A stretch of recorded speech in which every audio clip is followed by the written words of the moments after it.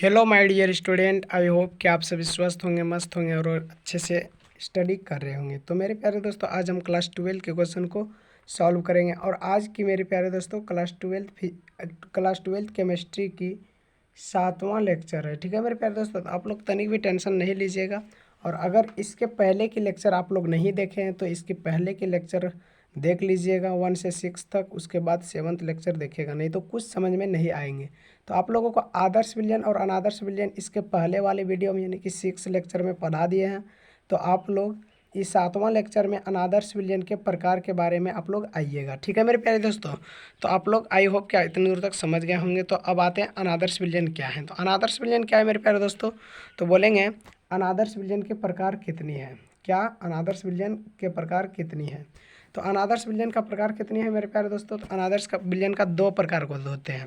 अनादर्श विलयन का 2 प्रकार होते हैं। पहला होता है, क्या होता है पहला होता है धनात्मक विचलन वाले विलयन। क्या धनात्मक विचलन वाले विलयन, पहला होता है धनात्मक विचलन वाले विलयन और दूसरा होता है ऋणात्मक विचलन वाले विलयन। ठीक है, तो पहला धनात्मक, दूसरा ऋणात्मक विचलन वाले विलयन। तो आई होप कि आप लोग इन दूर तक समझ गए होंगे। तो अब आप लोग हेडिंग बनाइएगा, क्या ऋणात्मक विचलन वाले विलयन क्या है। तो ऋणात्मक विचलन वाले विलयन क्या है। ठीक है, तो आप लोग हेडिंग बना लीजिए यहाँ तक कि ऋणात्मक विचलन वाले विलयन क्या है। तो ऋणात्मक विचलन वाले विलयन क्या है। तो ऋणात्मक विचलन वाले विलयन बोलेंगे ऐसे विलयन जिनका कुल वाष्प दाब राउल्ट द्वारा अपेक्षित कुल वाष्प दाब से अधिक होता है तो उसे धनात्मक वाले विलयन कहते हैं, यानी कि धनात्मक विचलन वाले विलयन कहते हैं। अगर कोई पूछ दे कि धनात्मक विचलन वाले विलयन क्या है, तो बोलेंगे ऐसे विलयन जिनके कुल वाष्प दाब राउल्ट नियम द्वारा अपेक्षित कुल वाष्प दाब के से अधिक होता है धनात्मक विचलन कहलाते हैं। ठीक है, तो आई होप कि आप लोग इधर दूर तक समझ गए होंगे। तो इसके कुछ कंडीशन होते हैं जो कि मानना पड़ेंगे। ठीक है मेरे प्यारे दोस्तों, तो इसके कंडीशन भी आप लोगों को हम समझा देते हैं। तो इतने दूर तक आप लोग नोट्स में कर लिए होंगे। तो अब इसके बाद देखेंगे इसके कंडीशन क्या होते हैं। तो पहला कंडीशन बोलेंगे क्या, P A less than P naught A into X A या P naught B less than P naught B X B. ठीक है, तो अब दूसरा वाला में delta maximum is equal to positive होता है। क्या delta maximum is equal to positive होता है। और तीसरा नंबर में डेल्टा भी maximum is equal to positive होता है। ठीक है, तो आई होप कि आप लोग इतने दूर तक समझ गए होंगे।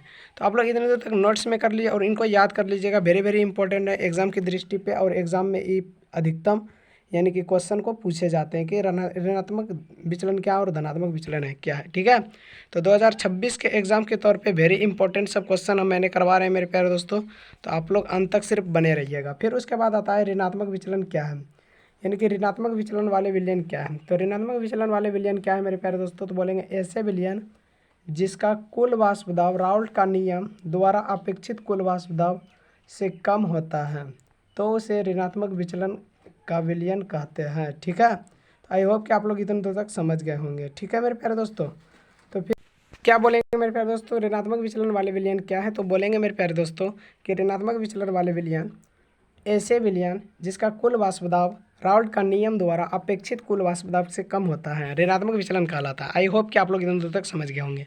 तो फिर उसके बाद अगर मेरे प्यारे दोस्तों अगर इसका कुछ कंडीशन होते हैं उसका कंडीशन भी आप लोग लिख लीजिए।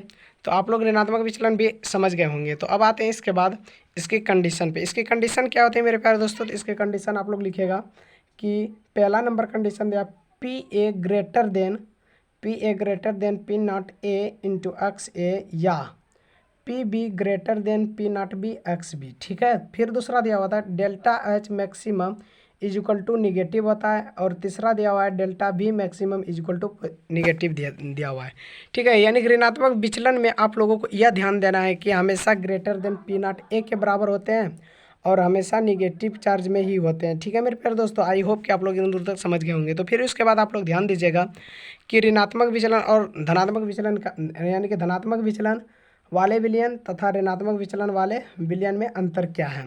तो धनात्मक विचलन वाले विलयन और ऋणात्मक विचलन वाले विलयन में अंतर क्या होते हैं। तो आप लोग इतने दूर तक आप लोग समझिएगा, ठीक है मेरे प्यारे दोस्तों। तो ऋणात्मक विचलन वाले विलयन और धनात्मक विचलन वाले विलयन को आपको आराम से समझाएंगे, और आप लोग सिर्फ हैंड आउट नोट्स बनाते रहिए मेरे साथ में।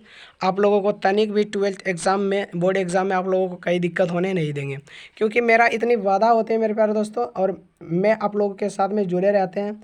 आप लोग सिर्फ अंत तक बने रहिएगा, आप लोगों को कई दिक्कत होने नहीं देंगे। और जो मैंने अभी आप लोगों को नोट्स प्रोवाइड करवा रहे हैं, सिर्फ अब मेरे साथ में जुड़ के अगर नोट्स को पूरी देख लेते हैं और नोट्स बनाते रहे हैं मेरे साथ में, तो आप लोगों को क्लास 12th में 95 लाने से कोई नहीं रोक सकता है। 95 नंबर लाने से, 95% नंबर लाने से कोई नहीं रोक सकता है।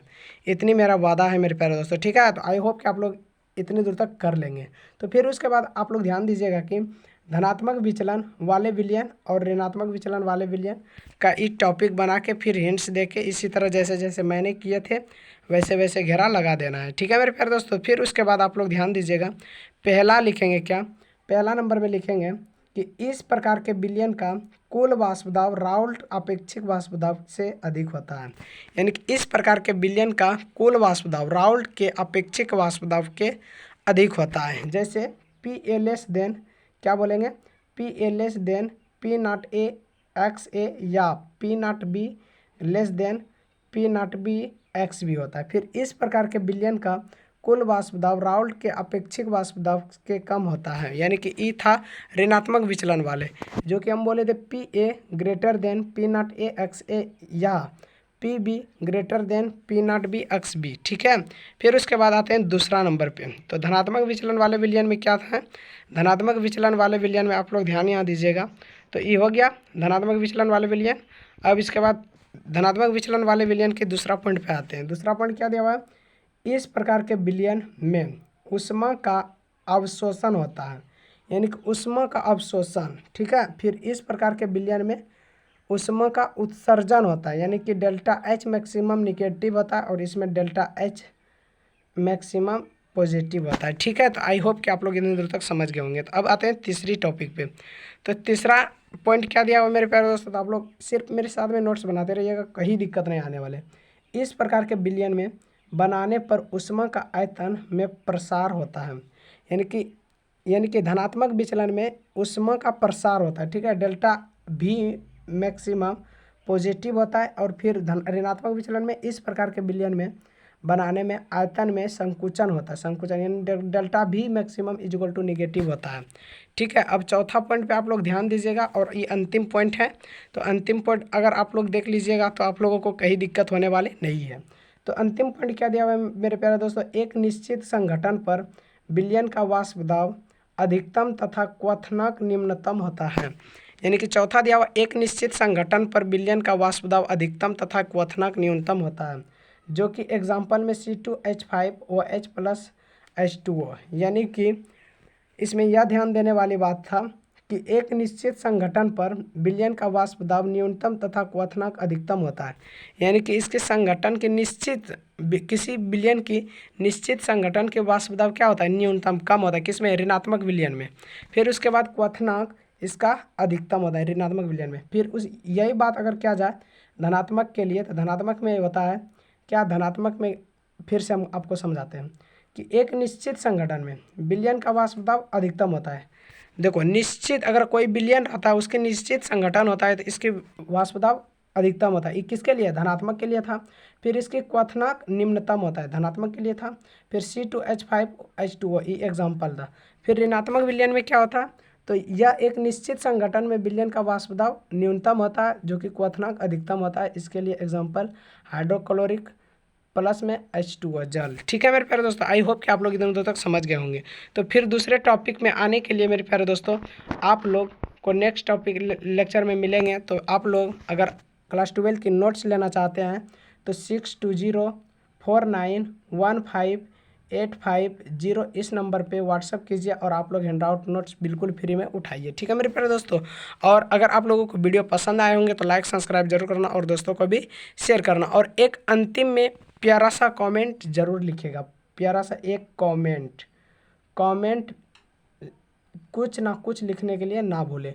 कुछ ना कुछ अब क्या लिखेगा आप लोग को, किस टॉपिक पे आप लोगों को यानी कि वीडियो चाहिए, उस टॉपिक के बारे में आप लोग लिख दीजिएगा कि इस टॉपिक का आप सर वीडियो दीजिए, तो मैंने आपको प्रोवाइड करवा देंगे। ठीक है, तो आज के लिए इतना ही। जय हिंद।